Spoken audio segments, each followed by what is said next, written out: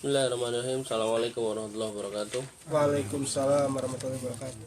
Alhamdulillah wassallallahu wala haula wala quwata illa billah. Shalatu wassalamu ala Rasulillah wa ala alihi washabihi wa wala.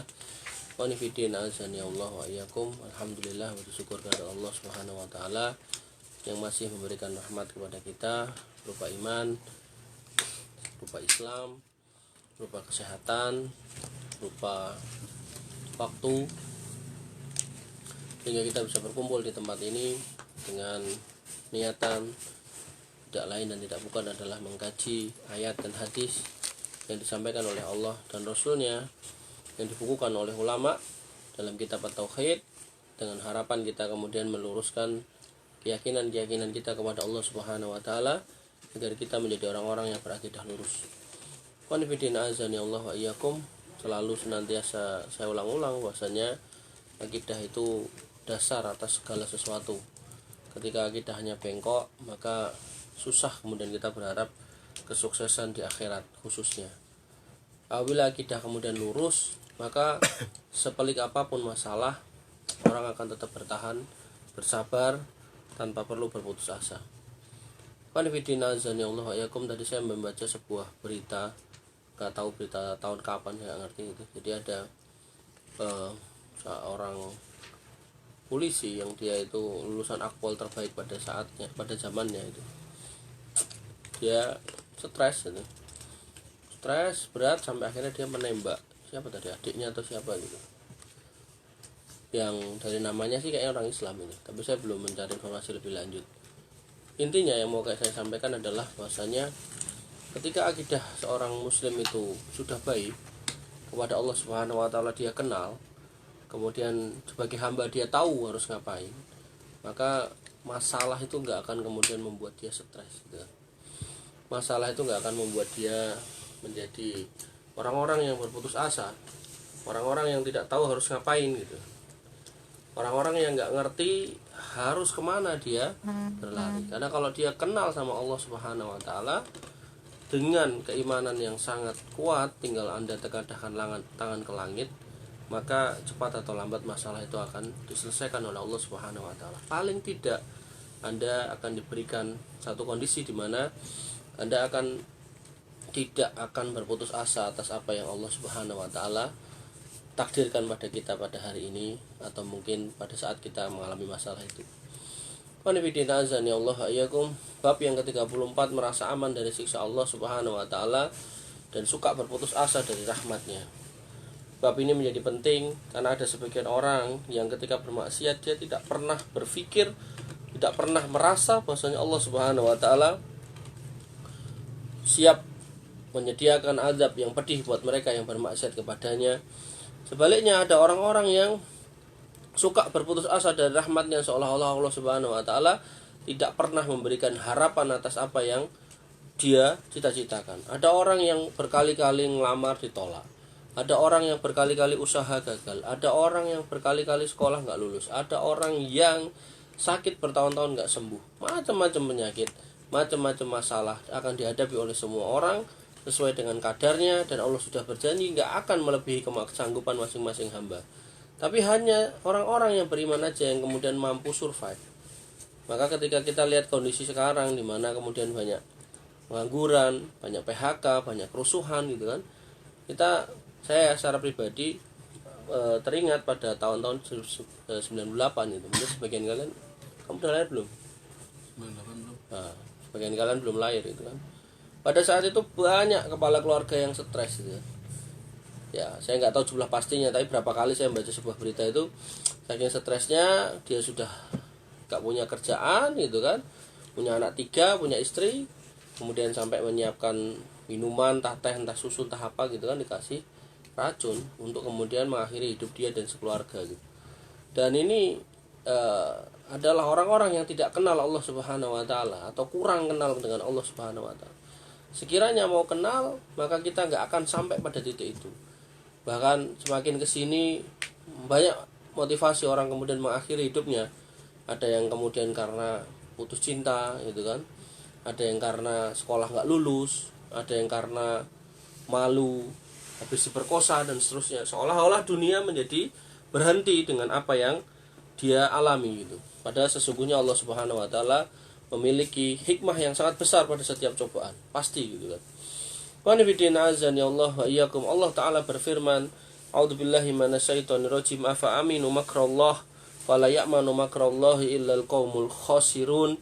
Maka apakah mereka itu merasa aman dari makar Allah, dari tipu daya Allah, dari perbuatan Allah Subhanahu wa taala bagi mereka yang kemudian bermaksiat gitu kan. Jadi ada orang-orang yang kemudian bermaksiat tapi kok duitnya lancar, ada orang yang nggak pernah sholat tapi kok rezekinya lancar.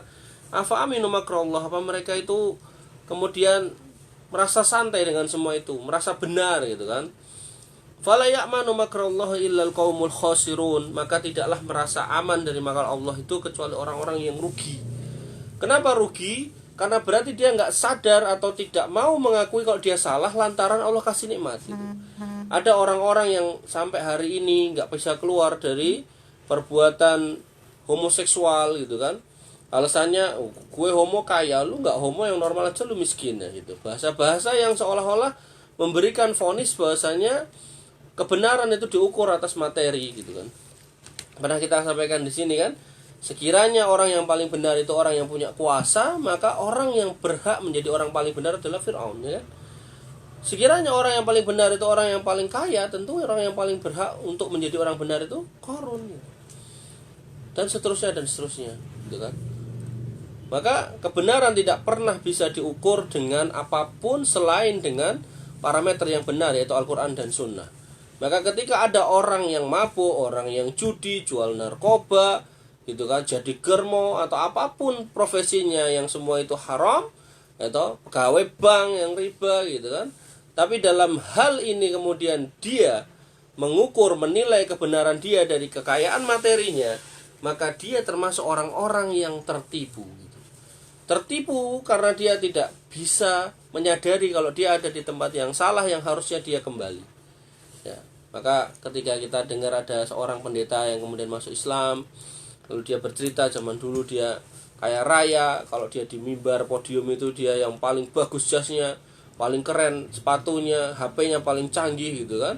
Kemudian begitu dia masuk Islam semua itu ditinggalkan jadi miskin, tapi dia merasa bahagia. Itu orang yang bisa paham bahwasanya dia di tempat yang benar atau di tempat yang salah. Jadi kita jangan sampai kita kena makar Allah ya. Wah, gua nggak sholat subuh aja ya tetap aja digaji sama. Sholat subuh ya tetap aja sama gitu. Bukan itu parameternya ya. Ketika kita ibadah, ketika kita mengaji, ketika kita berzikir, baca Quran, semua itu kembali ke kita dan tidak selalu harus kemudian diukur dengan materi yang kita dapat saat itu. Qanifidina azani Allah wa iyyakum. Berapa banyak orang kaya yang pada akhirnya bunuh diri, berapa banyak orang terkenal yang pada akhirnya stres gitu kan, baik yang stres masih hidup maupun stres yang pilih bunuh diri gitu kan. Ternyata semua itu tidak membuatnya bahagia. Karena bahagianya seseorang hamba itu adalah ketika dia faham Allah Subhanahu wa taala mempunyai rahmat yang sangat luas kepada dirinya, baik terkait dengan dosanya masa lalu ataupun kesusahannya, ini pasti akan diangkat. Kalau saya secara pribadi kalau sedang menghadapi masalah, saya selalu membayangkan 1 atau 2 hari yang akan datang ini akan selesai. Itu yang saya pikir. Walaupun ya saya nggak tahu selesainya kapan, tapi saya selalu mikirnya nanti akan selesai. Pasti akan selesai. Gak mungkin kusut terus gitu kan. Nah, kesalahan orang yang pada stres itu adalah dia selalu mikir sekarang atau kemarin gitu kan. Dia nggak pernah bisa menutup bukunya masa lalu, kemudian membuka lembaran yang baru. Padahal asas agar orang ini nggak stres itu ya jangan buka yang lalu gitu kan, lupakan gitu loh. Nah, ibarat sebuah buku udah kamu coret-coret udah nggak bisa bermanfaat, buang bukunya, bakar, cari buku yang baru gitu loh. Atau kalau masih bisa dihapus, diperbaiki, silakan gitu. Nah, ini konteksnya apa kan kembali ke masing-masing orang. Mungkin punya cerita masa lalu gitu kan. Qanifidina azani Allah wa iyyakum. Allah Subhanahu wa taala berfirman, qala wa may yaqnut min rahmati rabbih illa ad-dallun. Ibrahim berkata, tidak ada yang berputus asa dari rahmat Rabb-nya kecuali orang-orang yang sesat. Perhatikan Ibrahim. Ibrahim ini sosok yang kemudian memberikan contoh yang sangat besar tentang bagaimana orang itu tidak boleh berputus asa dari rahmat Allah. Ibrahim diusir dari kaumnya, gak diterima oleh bapaknya, dia pun pergi meninggalkan semua itu gitu. Dan Ibrahim merelakan semua perjalanan itu dengan tangan hampa, tidak kemudian berharap disangoni sama bapaknya, tidak. Maka kemudian Ibrahim menemukan kedamaian dengan mendapatkan keimanan yang benar. Dan Ibrahim merintis semuanya dengan istrinya yang pertama. Siapa istrinya yang pertama? Siapa Li? Siapa Mat? Siti Hajar. Hah? Siti Hajar. Benar, Wur? Benar enggak? Benar, Mas. Ketika kemudian Ibrahim alaihissalam menikahi Siti Hajar atau Hajar, Siti itu untuk di Indonesia aja, di Arab nggak ada Siti. Jadi Siti itu katanya dari kata-kata Sayyidati gitu, tuan perempuan. Ketika Ibrahim alaihissalam menikahi Hajar, tentu seorang laki-laki berharap anak gitu kan, berharap keturunan. Tapi qadarullah sampai usia yang tua, Hajar tidak kemudian kunjung memiliki putra. Pada akhirnya Ibrahim alaihissalam melanjutkan perjuangan pernikahannya dengan yang kedua siapa Li? Gak tahu juga. Tuh. Siapa tak? Siti Sarah. Dengan Sarah gitu kan.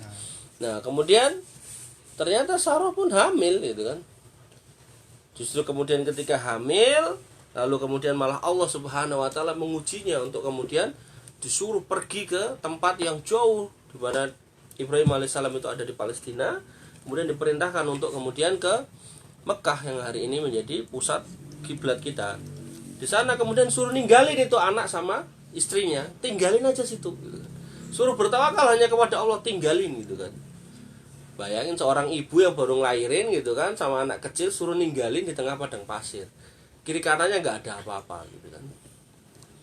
Tentu kita nggak tega gitu kan. Tapi Ibrahim alaihissalam karena yakin sama Tuhannya, dia nggak akan berputus asa, dan dia yakin sama istrinya sudah menanamkan akidah yang benar, ditawakalkan kepada Allah Subhanahu wa taala, dipasrahkan kepada Allah Subhanahu wa taala, ditinggal gitu kan. Maka kemudian Sarah lari ke sana kemari karena melihat ada air, disamperin nggak ada, ke sana samperin nggak ada, bolak-balik 7 kali nggak ada, karena semua fata morgana. Jadi sofa ke marwah yang itu yang kita kenal sebagai sa'i sampai hari ini. Lalu kemudian Ismail alaihissalam, putra dari Nabi Ibrahim alaihissalam yang masih kecil, menendang-nendangkan kakinya ke tanah, lalu kemudian keluar mata air. Muncullah mata air, lalu kemudian berkumpullah burung di atas awan gitu kan, karena ada air. Kemudian kafilah-kafilah yang dari Yaman yang mau mengungsi karena kekeringan di Yaman menuju Syam, melihat ada burung-burung itu, kemudian mereka berhenti dan mendekati sumur itu. Lalu kemudian mereka minta izin kepada Sarah untuk tinggal di sekitar situ, bercocok tanam dan seterusnya. Pada akhirnya kemudian muncullah peradaban Arab di sekitar situ. Qanifidina azani Allah wa iyyakum. Sekian tahun kemudian datanglah Ibrahim alaihissalam, menjumpai anak dan istrinya dan mendapati peradaban sudah ada di situ. Seperti itulah seorang hamba Tuhan kemudian bertawakal kepada Allah Subhanahu wa taala dan yakin rahmat Allah itu pasti akan datang ketika kesempitan itu datang. Ya nggak boleh berputus asa gitu. Zaman dulu nggak ada video call gitu kan. Qanifidina azani Allah wa iyyakum. Ibnu Abbas radhiyallahu anhu menuturkan bahasanya Rasulullah SAW ditanya tentang dosa-dosa besar. Rasul ditanya ma'akbarul kabair gitu kan, maka beliau SAW mengatakan asyirku billah. Yang pertama kali tentu adalah syirik kepada Allah Subhanahu wa taala. Ini paling besar, dosa paling besar, dan ini dikuatkan dengan banyak hadis, banyak ayat. Artinya enggak cuma ini tok gitu kan. Wal ya'su mir rauhillah, dan dosa besar yang kedua yaitu berputus asa dari rahmat Allah gitu kan. Saya kok ngelamar enggak diterima-terima, saya kok bikin lamaran kerjaan juga enggak diterima-terima gitu kan. Tadi ada yang inbox saya gitu kan, minta kerjaan itu. Satu lewat WhatsApp, satu lewat Facebook gitu. Satu untuk laki-laki, satu untuk istrinya. Saya bilang udah nggak ada mas, ada yang kosong gitu. Jawaban yang itu bilangnya, saya udah bikinkan lamaran buat istri saya, sudah saya kirim ke pabrik-pabrik di mana-mana, nggak diterima-terima gitu. Ya saya bilang sama dia, ya pabriknya aja pada mau tutup loh mas. Ya belum lama ini kan di Solo itu ada kebakaran pabrik tekstil terbesar di Jawa itu kan, Sritek gitu, bakar gitu. Tekstilnya nggak laku, bakar aja sekalian pabriknya, malah dapat asuransi gitu. Wanifidina azani Allah wa iyyakum. Wal ya'su mir rauhillah, berputus asa dari rahmat Allah Subhanahu wa taala. wal amnu mimakrillah, dan merasa aman dari makar Allah. Dia merasa enjoy dari makar Allah. Kemarin juga ada orang yang nelfon menangis-nangis ini kan. Tolong bebasin saya dari utang riba. Ada aja orang-orang kayak gini. Ya Allah gitu kan. Qanifidina azani Allah wa iyyakum. Abdul Razak meriwayatkan dari Ibnu Mas'ud radhiyallahu an, dia menuturkan akbarul kabair, dosa besar, ini akbar yang paling besar, asyirku billah, syirik kepada Allah Subhanahu wa taala, wal amnu mimakrillah, dan merasa aman dari makar Allah Subhanahu wa taala, wal kunutu mir rahmatillah, dan berputus asa dari rahmat Allah, wal ya'su mir rauhillah, dan berputus asa dari rahmat Allah juga. Ikhwani fiddin azani Allah wa iyyakum. Oleh karena itu maka kita harus paham sebagai seorang yang beriman bahwasanya kita harus selalu bertawakal kepada Allah Subhanahu wa taala. Masalah sebesar apapun kita harus menganggapnya kecil, karena Allah Subhanahu wa taala yang Maha Besar pasti akan membantu kita. Ikhwani fiddin azani Allah wa iyyakum. Pada hadis tadi ada kata-kata wal kunut dan kemudian ada wal ya'su. Kunut di sini diartikan adalah merasa putus asa dari rahmat Allah dan putus asa bisa meraih cita-cita yang diinginkan. Jadi kita seolah-olah kayak udah nggak bisa apa-apain, nggak punya masa depan gitu kan. Pokoknya kamu karena menolak saya semuanya sudah hancur, saya udah nggak tahu masa depan saya gimana gitu. Kemudian wal ya'su adalah merasa putus asa untuk bisa menghadapi permasalahan yang dihadapi. Jadi ada permasalahan, ya kan? Mungkin terlilit utang, mungkin kemudian kena PHK, mungkin ya nggak tahu saya masalah di jalan gitu kan, disenggolan sama preman atau mungkin apa, kemudian merasa bahwasanya masalah ini adalah masalah yang tidak bisa terselesaikan oleh saya, pada akhirnya dia kemudian mengakhiri hidupnya. Banyak orang-orang yang kayak gitu ya. Maka kita sebagai orang-orang yang beriman tidak boleh melakukan itu. Mereka yang kemudian mengakhiri hidupnya karena merasa putus asa dari rahmat Allah Subhanahu wa taala, itu dijanjikan masuk neraka. Tapi kemudian ulama berbeda pendapat, antara yang mengatakan kekal di neraka, antara yang kemudian mengatakan tidak. Kemudian pendapat yang paling benar adalah ketika orang ini mengakhiri hidupnya dengan mengingkari takdir Allah Subhanahu wa taala, maka berarti dia sudah keluar dari akidah yang benar, maka dia kekal di neraka. Tapi kalau kemudian saking sedihnya atau saking sakitnya dia merasakan penderitaan, tapi dia masih meyakini bahwasanya Allah Subhanahu wa taala itu ada dan Maha Rahmat gitu kan, tapi kemudian dia nggak sanggup menahan semua itu, maka ada yang berpendapat bahwasanya dia akan di neraka tapi nggak dikekalkan di sana. Qanifidin azani Allah wa iyyakum. Mana yang benar? Tentu yang paling benar adalah tidak boleh berputus asa dari rahmat Allah Subhanahu wa taala. Ya. Ada orang yang kemudian punya anaknya kemudian mungkin kurang sempurna fisiknya gitu kan, putus asa di situ. Ada orang yang kemudian dikhianati istrinya, putus asa di situ. Atau sebaliknya gitu kan, terlilit utang, putus asa di situ. Atau mungkin macam-macam gitu. Maka kita tidak boleh menjadi orang-orang yang seperti itu. Karena kita tahu bahwasanya Allah Subhanahu wa taala memberikan rahmat yang sangat luas kepada kita ketika kita mau memintanya. Kandungan bab ini yaitu tafsir surat Al-A'raf ayat 99, yaitu bahwasanya ayat ini menjelaskan haramnya merasa aman dari makar Allah, karena ini berkonsekuensi merendahkan kesempurnaan Allah yang mutlak dan melenyapkan kesempurnaan tauhid seseorang. Jadi ketika kita kemudian melakukan perbuatan dosa tapi kemudian rezeki kita kok dilancarkan, maka harusnya kita itu punya feeling gitu loh. Feeling kita tuh harusnya kita kemudian bertanya gitu, kok bisa ya? Saya nggak sholat kok kemudian rezeki saya banyak. Ini kan salah, ada yang salah di sini gitu. Sebaliknya ketika kita kemudian sudah beribadah dengan benar, kok rezeki kita nggak banyak atau sempit, ya kita harus bertanya. Kita sudah rajin, iya. Kita sudah tekun, iya. Kita sudah ikhtiar, iya. Kok kemudian masih ada masalah gitu kan? Apakah kemudian di situ Allah membenci kita? Ya, insya Allah tidak. Tapi di situ adalah cobaan yang kita harus sabari, iya. Ya. Mungkin tinggal diperbaiki sedikit lagi metodenya, maka kemudian selesai masalahnya. Jadi kita harus kemudian terbiasa untuk mencoba-coba mencari jalan keluar atas permasalahan. Kemudian tidak boleh lari dari permasalahan yang pernah kita alami. Kemudian tafsir surat Al-Hijr ayat 56 dikatakan di situ bahwasanya ayat ini menjelaskan haramnya berputus asa dari rahmat Allah, karena ini adalah bentuk penghinaan kepada kemuliaan Allah yang mutlak dan menghilangkan kesempurnaan tauhid seseorang. Ya, jadi haram kemudian seseorang itu berputus asa dari rahmat Allah Subhanahu wa taala karena kita faham Allah Subhanahu wa taala itu mampu memberikan apapun yang kemudian kita minta. Ya. Ketika kita kemudian enggan meminta, maka di situ potensi kita akan jauh dari rahmat Allah Subhanahu wa taala. Yang ketiga, ancaman yang sangat keras bagi orang yang merasa aman dari makar Allah. Allah Subhanahu wa taala mengancam sangat keras tentang orang-orang yang kemudian merasa aman tentang makar Allah. Kemudian yang keempat, ancaman yang sangat keras bagi orang-orang yang berputus asa. Qanifidina azani Allah wa iyyakum. Demikian yang bisa kita sampaikan pada malam hari ini mengenai tema merasa aman dari sisa Allah dan putus asa dari rahmatnya.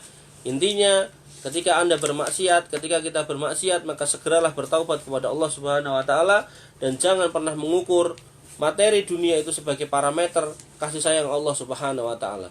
Ada orang-orang kafir yang memang diberikan nikmat yang sangat luas oleh Allah Subhanahu wa taala, bahkan mungkin dia menggenggam sebagian besar dari dunia ini gitu kan, dalam hal kekayaan maksud saya gitu kan. Tapi bukan berarti itu menjadi tolok ukur kebenaran apa yang dia pegang. Karena kebenaran tidak pernah diukur dengan kekayaan, tidak pernah diukur dengan panjangnya gelar, tidak pernah diukur dengan apapun yang sifatnya nisbi. Ya, yang sifatnya nisbi. Kebenaran itu hanya datangnya dari Allah Subhanahu wa taala, maka jangan pernah ragu untuk menjadi orang beriman. Al-haqqu min rabbik wala takunanna minal mumtarin. Wa akhiru ta'wana alhamdulillahi rabbil alamin. Subhanakallahumma bihamdika asyhadu an la ilaha illa anta astaghfiruka wa atubu ilaik. Assalamualaikum warahmatullahi wabarakatuh. Waalaikumsalam warahmatullahi wabarakatuh.